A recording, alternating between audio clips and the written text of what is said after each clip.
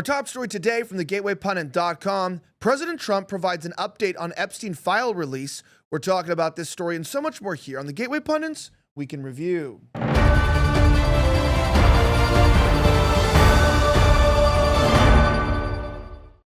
name's Elijah Schaffer, and this is the Gateway Pundits Week in Review, where we cover the top 5 stories of the last 24 hours.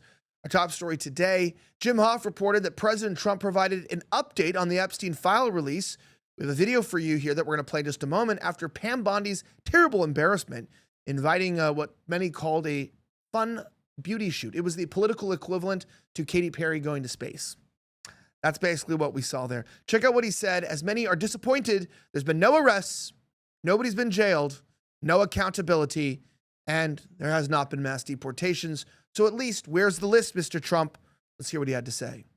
So when can we expect the Epstein documents to be released, the rest of them? Which documents? The Epstein files? I don't know. I'll speak to the Attorney General about that. I really don't know. I know that we've done the RFK, the Kennedy, Martin Luther King is out there very shortly, so we'll find out. But we've really announced we're doing them in full transparency. You know, when we did JFK, people were saying, "Oh, maybe it wasn't all; it was all." And people actually went up to the office and they looked at some things that were, not really easily available, and they were amazed that we gave it all. And I don't know if it solved any problems for people. People still have questions one way or the other, but that I'm not. But 100% of all. Yeah, the thing is, I don't really believe that. I don't know about you, Mr. Hennessy, but I feel like, it's pretty clear that, they redacted information from the JFK files.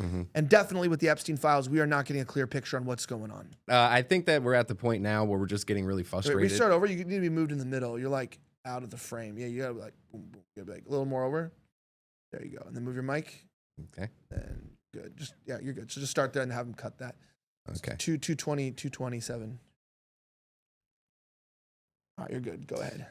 All right. I think the main thing is that we're starting to lose faith in this whole releasing of the Epstein files. The only thing we got was actual photo shoot with a bunch of influencers who were waving binders. Obviously there was nothing. It was a big nothing burger. So now we're just waiting to see what actually happened. And the fact that I heard reports that the FBI is combing through it, redacting it. Now, hopefully the information that they're redacting is the victims in the cases.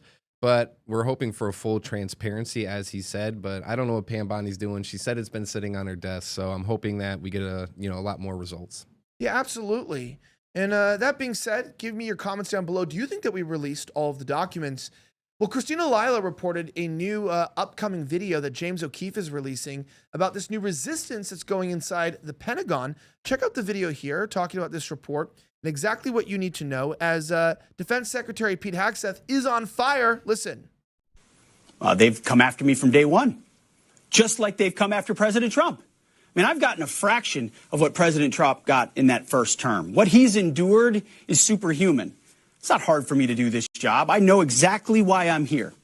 To bring warfighting and the warfighting ethos back to the Pentagon, to rip out the insidious ideologies and not compromise and not back down. To bring in new press voices into the Pentagon, which we've done, to reestablish standards and accountability, to not tolerate leakers, to 100% operational control of our border, to get rid of trans lunacy in the military. We haven't backed down. See, here's the thing. A lot of people come to Washington and they just play the game. And it's you punch their ticket and get along to go along. And, start doing Meet the Press and going to the Council on Foreign Relations and spending time with all the new cocktail sipping crowd. That's not why I'm here. I'm here because President Trump asked me to bring warfighting back to the Pentagon every single day. Right. That is our focus. And if people don't like it, they can come after me. No worries. I'm standing right here. The warfighters are behind us. Our enemies know they're on notice. Our allies know we're behind them. And that, in this dangerous world, for the American people is what it's all about. Right, except for the fact that Pete Hegseth doesn't want to go to war with Iran. So, we've got to fight foreign wars at whatever cost, and that includes maybe even getting rid of Pete Hegseth. Now, the White House says they're not looking to get rid of him from the last report I saw. But, they also said we were going to get the Epstein files, and that didn't happen either. I mean, Mike, sometimes it's really hard because, you know, you have the camps, you have the anti-Trump people, you have the Trump grifters. And sometimes when you're in the middle, we're not even like Shapiro here. We're like good Trump, bad Trump. You know, I'm an avid Trump supporter. I've worked really hard, you know, in my personal life, like thousands of others, to get him into office and support him. But, you know, I'm definitely hoping that there's some sort of something that happens in the next 6 months that makes me feel like, you know, of course, it wasn't a mistake to vote for him. Kamala would have been way worse. Yeah. And I'm glad that, you know, you got released from your sentencing there for J6. But in terms of all the other promises, they've got to do something for me to believe that they're really not full of SHIT right now, because it looks like they're compromised. Yeah. As far as the Trump goes, yes, way better than having Kamala. So thank God we don't have Kamala there. You know, for me personally, being a J6er, him going ahead and releasing us. So this way I was looking up to 5 years in jail. So I was pardoned from that whole political attacks on us, using the government as, you know, the government as a weapon pretty much against the American people. But as far as the deportations are going, I'm glad to see our border secure. I'm glad to see that he's taking the steps there, but I would like to see a lot more deportations. And as far as the war, I'm not for war. I'm America first. I think that the endless wars need to stop. So I'm curious to see how everything works out in that area. Yeah, absolutely. And many of you guys know that one of the main reasons are people don't have balls today. I'm not even talking about theoretical. I'm talking about, you know, physically. Men don't have testosterone. Look, people get confused and think, well, I don't have a testosterone problem because, you know, I'm a man. I drink whiskey. I smoke cigars. Okay, you know, that's not what makes a man a man. You know, what makes a man is not just that. You could not have a beard. You could not have anything. Look at Napoleon. He was a short little guy, but he had high T levels, which means your determination, your grit, right? Why do you think that there's always stereotypes that men who are like conquerors, the people who are out there leading companies that, well, sometimes they're a little bit, you know, mischievous with the ladies, right? What is that up with that? Well, with high testosterone, you know, you have this strong desire to procreate, the strong desire to conquer, and we don't have that anymore. Because testosterone levels are under attack due to lifestyle choices, diet, and exposure to environmental toxins. Now, the decline can do these things. If you're having persistent fatigue, diminished strength, reduced libido, mood swings, maybe an overall loss of vitality, maybe you're not performing well in the bedroom anymore. Listen, I'm going to tell you right now, there's only 2 ways you can fix this. It's going to be lifestyle change and supplementation. And the rest of the ways that you can get fenugreek, NO2, IGF, all of the good ingredients, they're only available on pill form on Amazon, and they get digested in your stomach, and you can't really get your tea up. So then what can you do? You either get an injection in your butt cheek, or you do a sublingual carbon delivery system like Man's Edge. You just put a little bit under your tongue, hold it for 30 to 90 seconds. It absorbs through their special patented delivery mechanism, and you will see raises in testosterone, sometimes up to 50, 60, 70, even 80% as you supplement with this. I also encourage you to, on the side, do some push-ups. Start maybe every day with 10, move up to 20 to 30 to 40. Try to get about 50 to 100 push-ups a day. Plus doing this, man, you'll perform better in the bedroom. You'll start, you know, having healthier erections. You will look better. You'll start being trim. You'll actually put on muscle. I mean, look, the benefits are absolutely amazing. Plus, it's buy one, get one free right now with my promo code Elijah, plus 10% off. So that's essentially 50% off plus another 10. You're getting 60% off. I don't know why you would wait. Make sure that you order your T-Boost now.com. Get Neutronics Labs Man's Edge today using promo code Elijah. That's TBOOSTNOW.com, promo code Elijah. Now, that being said, on top of that, a left-wing podcaster explodes on Rahm Emanuel, claiming MAGA is obsessed with gender issues and trans people. Mike LaChance reports. Check out this video, and you tell me what you think. Is this true? We were really south on kitchen table issues.